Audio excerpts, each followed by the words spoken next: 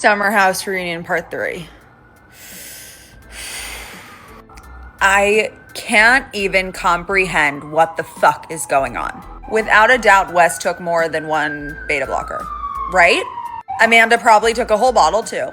I'm just like, I cannot fucking fathom a girlfriend doing this to another girlfriend. Like, dudes always betray us, they cheat on us, they lie to us, they gaslight us. That pretty standard, right? We've all been through that. But your girlfriend, I can't imagine one of my girlfriends doing that to me. And I couldn't comprehend doing that to one of them. And Amanda's just like, I'm really sorry. But why isn't she crying? Why isn't Wes crying? Why is everyone else crying but the two people who betrayed Ciara, Kyle, and the entire fucking friend group? It's also almost over and I don't feel resolved, so we're gonna need more, right? If there is one thing Summer House fans cannot stop talking about right now, it is just how unbelievably uncomfortable, messy, and honestly emotional Reunion Part 3 turned out to be. Because let's be real, by the time we got here, everybody expected answers. After weeks of drama surrounding Amanda Batula and West Wilson's relationship, the fallout with Ciara Miller, Kyle Cooke's heartbreak, and all the rumors about timelines and betrayal, fans thought this reunion would finally clear things up. But honestly, I think most viewers left more confused than when they started. Amanda admitting that she feels embarrassed in the bonus clip? A little too late, babe. You're telling me we sat through this whole reunion, we still don't have a timeline, we're getting a bonus episode because there's such a lack of a timeline. Amanda does not seem apologetic whatsoever towards Ciara. Kyle is crying, Jesse is crying, Jesse's a mess. Carl doesn't seem to be a mess, but Jesse's a mess. And they have the audacity to be like, well, we weren't monogamous until after the statement. Okay, we talked about having feelings with each other, and Amanda looking over at Wes being like, I don't know how she wasn't embarrassed before this reunion, but you know what's really killing me? That they filmed the reunion, they filmed that bonus episode, and then this girl still got on a plane and went to Italy. So I don't believe that she is embarrassed at all. I think she's embarrassed that all of this is gonna air on national television and has aired on national television. But I don't think she has an ounce of remorse about any of this. And frankly, this spitting video seals the deal. Now, right away, things started getting awkward because Andy finally asked the question everybody wanted answered. Are Amanda and West actually in love? And honestly, their answer felt weird. Not bad exactly, but weird. West basically said they are not using the word love right now because it has only been a couple months, Amanda agreed. And both of them kept emphasizing that things are still early and serious but developing.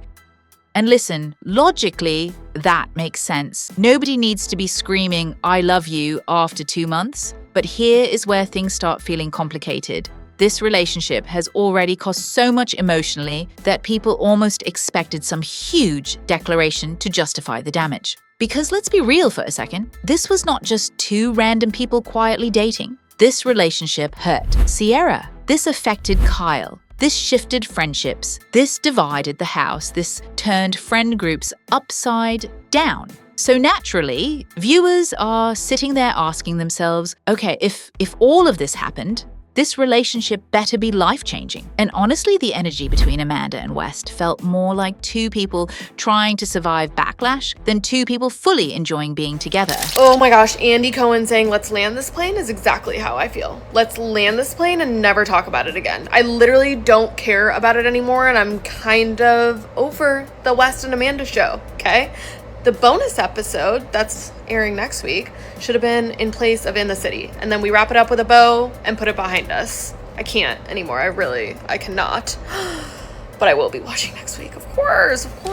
And this is where the timeline drama somehow got even messier. Because Amanda and West once again denied anything physical happened during Summer House Season 10, denied there was an affair in 2025, denied they hooked up while Amanda was still married to Kyle, and repeatedly insisted things only turned romantic later. But honestly, I think fans are struggling to fully move past this because even if nothing physical happened, emotional connections matter too. And eventually, even West himself admitted something really important. He and Amanda definitely became emotionally closer throughout the summer. That right there changes everything because for weeks, Amanda has mostly been sticking to this narrative that there was nothing romantic happening, while Ciara has basically been sitting there saying, are we seriously pretending this wasn't obvious? And honestly, I kind of understand why Ciara feels the way she does. Because when somebody you considered a close friend starts growing emotionally closer to somebody you have history with, especially while you are still emotionally tied to the situation, that hurts. Maybe it was not technically cheating, maybe nothing physical happened, but emotional betrayal feels real too. Watch this smirk from West on tonight's Summer House Reunion Part 3. Watch. You're saying you guys weighed all these options before making this decision, but you didn't. Because look at all these guys are a mess.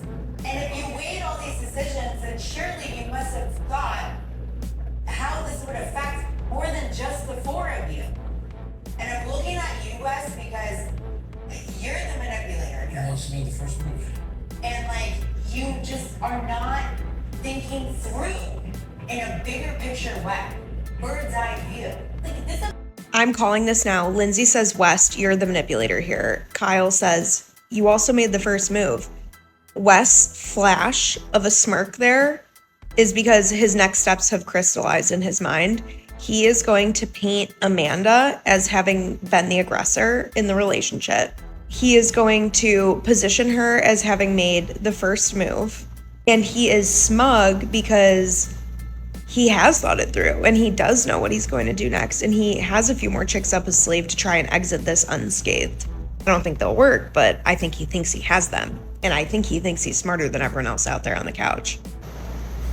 Now we have to talk about Kyle because, honestly, I think Kyle had the saddest moments of the entire reunion, and I did not expect to feel that way. Because for years, fans watched Kyle and Amanda struggle. People criticized their marriage nonstop. People questioned whether they even liked each other half the time. But then, suddenly during this reunion, seeing Kyle genuinely hurt over everything somehow shifted public perception a little bit. Because this stopped feeling like ex-drama and started feeling like betrayal. Kyle explained that West had a front row seat to his marriage problems, knew everything happening behind closed doors, saw the emotional damage firsthand, and still eventually pursued Amanda anyway. And honestly, from Kyle's perspective, I get why that hurts. Imagine texting somebody you think is one of your closest friends about your marriage struggles while not realizing they're quietly getting emotionally closer to your wife. That is rough, really rough. And honestly, Kyle admitting he had been talking to West about deeply personal marriage issues, while West was secretly spending time with Amanda, made the situation feel even messier. Summer House, the aftermath.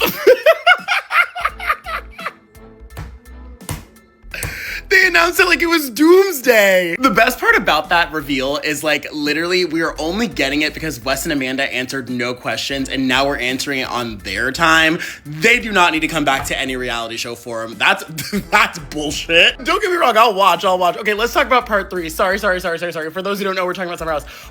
We kind of need to get Lindsay Hubbard on The View. Like, I don't know, Miss Diva had a stemmed glass in a dream and she said, Andy, let's run it back. I didn't get my answers. And Andrew, whoa, stellar work by asking about the beta blockers. You should have asked Amanda if she was on Zoloft. My friend was trying to tell me that, like, Amanda doesn't have feeling of remorse because she's on so much Zoloft that she's just numb. And she said the moment she gets off it, she'll be severely depressed. And I guess there's, like, a term for it. Hold on, what's the term? It's called emotional blunting. Yes. Sounds like some white-ass mess. Good luck with that, girl. Amanda, do you know what was most embarrassing for you in the third part? Is Carl Radke having to read you the right act? Like, imagine Carl Radke, like, telling you that he's disappointed in your actions. That's like your dad being like, I'm so disappointed in you. And that just shows you how he thought, like, so highly of her. Like, there's nothing worse than someone who who thought so highly of you that you never thought so highly of you, telling you that you are no longer on their pedestal. Like, ooh. Oh, by the way, you want to know what my favorite part was? West realizing in real time that having a girlfriend is considered being in an exclusive relationship. Raised by wolves, raised in the Ozarks, I guess, Diva. Anyway, that was all a chuckle and a laugh. Like, there was nothing emotional about it. See, Jesse Solomon crying made me laugh. Lindsay, like, trying to do Andy's job made me laugh. To me, it was a comedy special. Call Hannah Burner. And of course, I will be discussing this more in depth on my Substack because, believe it or not, I have nastier things to say. Subscribe at the link in my bio. But then came the moment that honestly hit hardest emotionally for me. Kyle and Amanda hugging after everything, because despite all the divorce, pain, resentment, arguments, and heartbreak, you could still feel 10 years of history sitting there between them. Kyle crying while saying he hates when people act like their relationship was 100% bad. Yeah, that felt real. Amanda apologizing also felt real, and honestly, it reminded me that relationships can be messy and broken while still holding meaning. Because viewers spent years criticizing Kyle and Amanda together, but now that they're officially over, suddenly people are grieving the relationship too. And maybe that is because history matters. Shared life matters. Love does not suddenly disappear just because relationships end. And just when everybody thought Bravo was finally done with this mess, they hit viewers with one final twist, an aftermath episode. Because apparently, we are still getting private sit-downs between Kyle and West, Amanda and Lindsay, Ciara and Major, and even more fallout. And honestly, that tells me one thing very clearly. This reunion solved absolutely nothing at all. Because if anything, Reunion Part 3 proved that nobody really knows where things go from here. Amanda and West are trying to make the relationship work. Kyle still looks heartbroken. Ciara still feels betrayed. Friendships still feel fractured. And honestly, the biggest question is no longer whether Amanda and West are together. The biggest question is whether everything they lost to be together was actually worth it. And if we are being completely honest, I do not think anybody, including Amanda and West, fully knows that answer yet.